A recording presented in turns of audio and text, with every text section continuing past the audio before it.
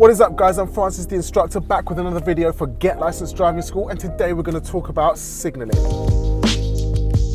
So what's the point of signals? Signals help other people determine what you're about to do if you're going to do something unexpected. So if we're just driving down the road and you're about to take a turn off that road, the car behind is not going to expect that unless you signal. You're about to do a lot of things unexpected, like slow down, reposition, and take a really big turn into another road. If the car behind doesn't know that, they won't know you're about to slow down, reposition, or then turn off the road. So signals help other people make decisions based on what you're about to do. So when you're about to signal, you've got to think of two things. Is it necessary or helpful, and is it misleading? Let's look at that in more depth. If you're turning left onto another road, is your signal necessary? For sure. Is it helpful? Definitely. The car behind is going to be helped a lot by knowing that information before you turn. Is it misleading? Okay, so your signal could be misleading if there's another junction before the one you intend to take. Signaling too early before you pass the junction you don't intend to take could then put another car off. If there's a car waiting at the junction you're not taking and you're signaling left before you get there, they might think, oh, there's a gap, start moving,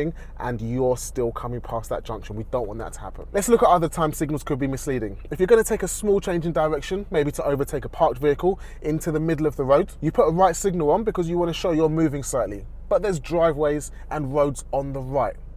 Might look like you're taking one of those driveways, so that's misleading. We've got to weigh up the balance. Think of it like a scales. Your signal's got to be more helpful than misleading. So let's say there's a car about to overtake you as you're about to overtake a parked vehicle. They might not be able to see the parked vehicle. You might then need to put a signal on to show the car behind that you're moving to the right and they should not pass you at that point. Then, even though there's junctions and driveways on the right, your signal was then more necessary and helpful than misleading. So signaling is not just signal to turn corners. Signaling is so much more in depth than that, but let's also look at how to signal to turn corners. When should I signal to take a corner? So you can see a road ahead. Let's say I want to turn left onto that road. When should I signal?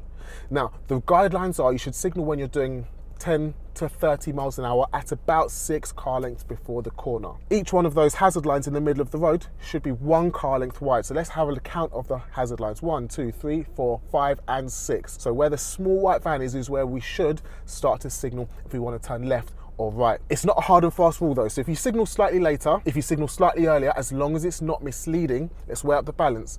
Could someone think that I'm turning into that self-drive van higher place? Yes, they could, but is my signal more necessary and helpful than misleading? 100%. So I'm going to put a signal on exactly where that white van is. Let's think of this on your driving test. People always ask me, what about driving test, this and that? Don't worry, drive properly and normally and you will pass your driving test as long as you're safe. But let's think about the driving test anyway. If you signal slightly earlier than 6 car lengths, the examiner is going to weigh up the same thing that I've just told you about. Was his signal misleading? Was his signal necessary? Was his signal late? So if I get to the end of the road and sit at that give way line and then put a signal on, that hasn't helped the cars behind make a decision on what to do before I've done or position myself for what I'm about to do. So your signal would then be deemed too late. Make sure that everyone's got enough time to react to your signal. So if you're about to change lanes, don't put on a signal and then move straight away. Put on the signal, maybe let it click twice and then move so that everyone's got enough time to acknowledge, spot and respond to your signal. The rules on signalling on a roundabout are slightly different to other junctions. I'm not going to cover it in this video. I've got good videos on roundabouts. Right, so now I'm going to drive around for a little bit and we can find some situations where we need to signal, talk about how and when we should signal and whether it's necessary, helpful or misleading. So, firstly, is it necessary to signal now? Is it helpful? Definitely. It's going to show all the cars around. You're going to say, but are there any cars driving down the street? Not at the moment there aren't, but there could be someone sitting in any one of these parked cars. If it's even 1% helpful, put that signal on. Weigh up the balance. Is it at all misleading for me to signal to move off from the side of the road? Not even a little bit. So even if it's just 1% helpful, I'm going to pop that signal on before I move off. So turning left, because I'm going really slowly. I'm driving at 10 miles an hour at the moment. I signaled slightly later than 6 car lengths, but it was still loads of time for anyone behind me to react.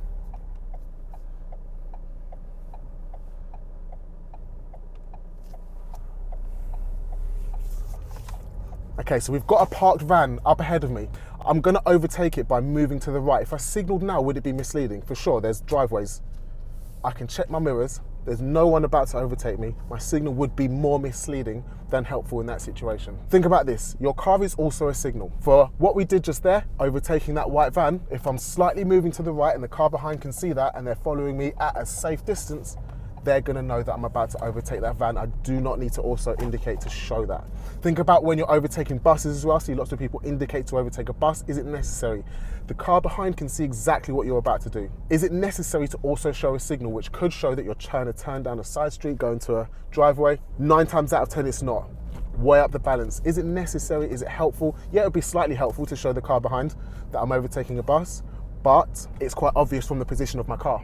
They're also planning on doing the same thing. So, is it misleading? Probably more than helpful. Here we go, bus. So we're going to move out around the bus and moving nice and early. It would be super misleading because there's a parking space on the right if I were to signal there, and I'm going to just move back in as well. I'm checking my mirrors. That was all that was necessary for that overtake on the bus. Now here, I'm turning right. There's no more junctions, so I'm signaling nice and early so that everyone else has got time to react because it's quite busy and I'm about to move into a right turn lane. I judged that to be necessary because there were so many people around behind and in front of me. And I judged it to not be misleading because there was nowhere else I could park or turn into. All right, cool. So I'm braking nice and early, showing my brake lights to the car behind so they can slow down early as well. Let's think about some other signals that we can use to show people a message. We've got a horn.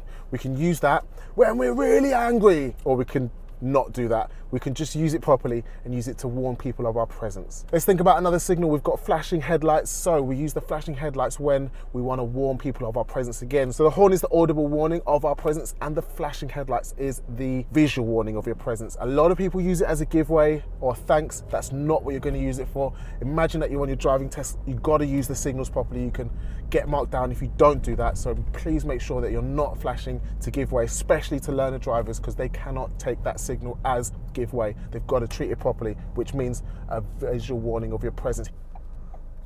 Okay, I'm repositioning for this junction. You can see my signal's just cancelled. How and why does my signal cancel? So if I put my signal back on and I slightly move the steering wheel to the right, if I move the steering wheel back again, the car thinks I've just made that turn and it cancels the signal for me. So just remember, listen out for the click, and if you move the steering wheel, remember to check that your signal hasn't cancelled. Okay, I'm going to take a left mirror. Signal. This is about 6 car lengths back. There's no other places that people could think I was going, just maybe into that garden centre, unlikely. So maybe my signal was 10% misleading, but definitely 90% helpful. And let's turn right this time. So we can see the hazard lines in the middle of the road. Each one of those, like I said, is 1 car length. So let's signal at the start of the hazard lines.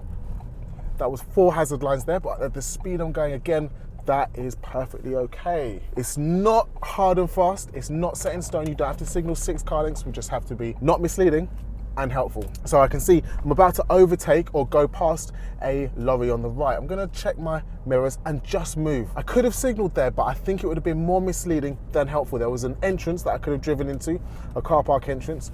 If I'd signaled there, it might have been looking more like I was wanting to drive into that entrance or even park up on the right than overtake that lorry.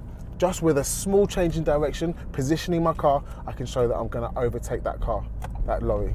Let's turn left again.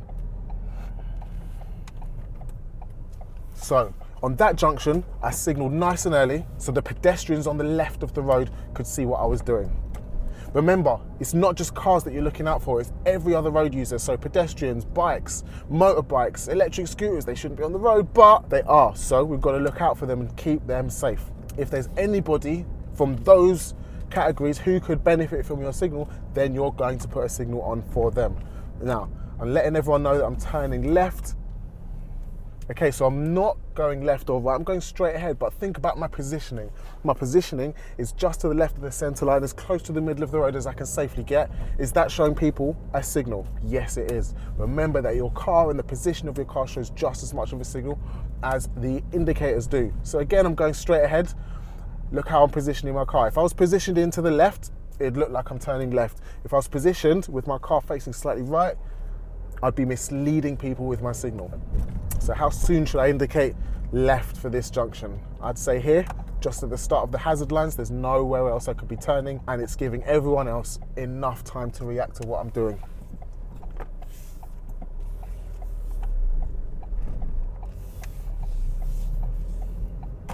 Okay, let's try another one. I'm going to turn right and I'm going slightly faster now, so I'm going to signal a little bit earlier. Also, there's a car following me, so I want them to know nice and early that I'm going to do something they're not expecting. They're expecting me to drive straight down the road.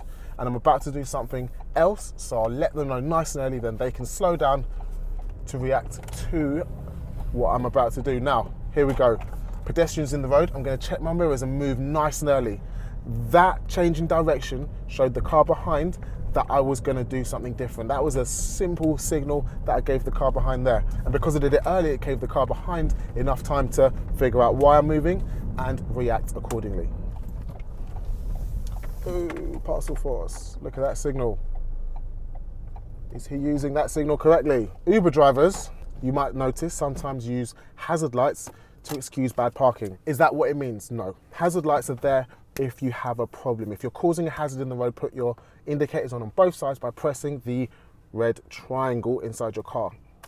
There's mine. It doesn't excuse bad parking. Lots of people use it to excuse bad parking, so you're not parked in the correct place. Let's put the hazard lights on and everyone will go around me. That's not what it's for, especially not in built-up town centres and areas. Don't park badly, park properly, don't use your hazards to excuse it. Another thing you can use your hazard lights for, or you should use your hazard lights for, is if you're on a motorway or a very fast road and you spot a problem up ahead of you. If you know that you're about to sharply brake, press your hazard lights. Let's say you're on a motorway, there's a big pile of traffic ahead of you, press the hazard lights, brake, so that the car behind has a better indication of problem ahead.